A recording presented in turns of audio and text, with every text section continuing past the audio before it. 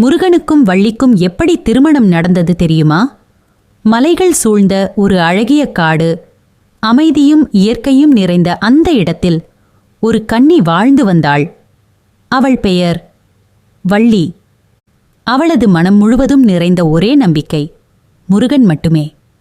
தினமும் காட்டு வழியில் நடந்து மனதிற்குள் முருகனை நினைத்து, ஒரு நாள் நீயே என் வாழ்க்கைத் துணையாக வரவேண்டும் என்று பிரார்த்தித்தாள். அவள் அன்பை, அவள் பக்தியை தூரத்தில் இருந்தே கவனித்துக் கொண்டிருந்தார் முருகன். அவள் அன்பு உண்மையா என்பதை அறிய முருகன் ஒரு சோதனை செய்ய முடிவு செய்தார். ஒரு நாள் முதியவர் போல வேடமிட்டு முருகன் அவளிடம் வந்தார். மகளே, எனக்கு பசிக்கிறது, சிறிது இடம் தருவாயா என்று கேட்டார். வள்ளி தயங்கினாள். இது என் காவல் பகுதி, நான் அனுமதிக்க முடியாது என்று சொன்னாள். முதியவர் மீண்டும் கேட்டார், நீ பயப்படுகிறாயா? அவள் மனம் கலங்கியது. ஆனால் தைரியமாக நின்றாள். அந்த நொடியில் காடு முழுவதும் ஓர் அச்சம். ஒரு பெரிய யானை பாய்ந்து வந்தது. வள்ளியின் இதயம் நடுங்கியது. அவள் ஓட முடியவில்லை. குரல் மட்டும் எழுந்தது, முருகா, என்னை காப்பாற்று. அந்த ஒரே அழைப்பு அவள் வாழ்வின் திருப்புமுனை. உடனே முதியவர் மறைந்தார். அங்கே தோன்றினார் இளமை பொலியும் வேலேந்திய முருகன் வந்தார்.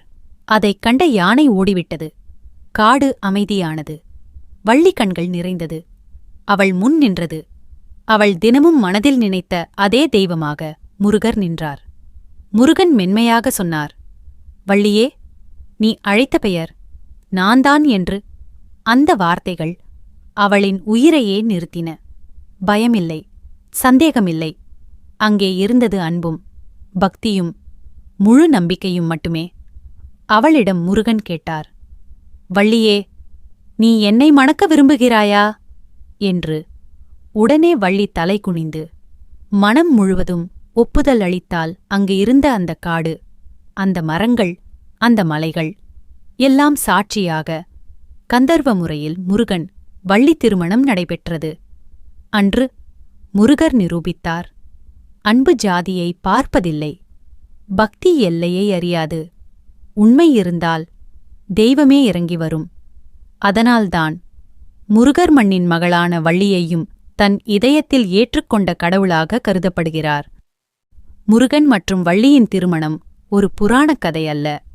அது பக்தி எப்படி அன்பாக மாறுகிறது என்பதற்கான எடுத்துக்காட்டு. வள்ளி சமேத சுப்பிரமணிய சுவாமியே போற்றி! வெற்றிவேல்!